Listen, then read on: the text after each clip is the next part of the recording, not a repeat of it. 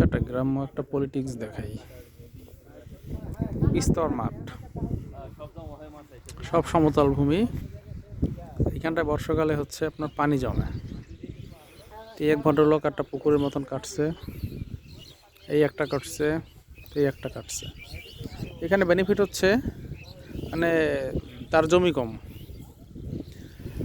সে হচ্ছে এইটার মাটিটা ইটভাটা বা বাগানে বিক্রি করে ফেলছে।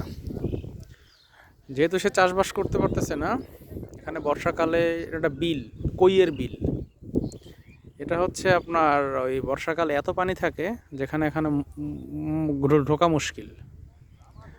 যখন বর্ষার শেষ হয়ে যায় তখন তো সব মাছগুলো থাকে এখানে, যেহেতু বিল, প্রচুর মাছ, মাটি মাছগুলো এই সব গর্তে এসে ঢুকবে।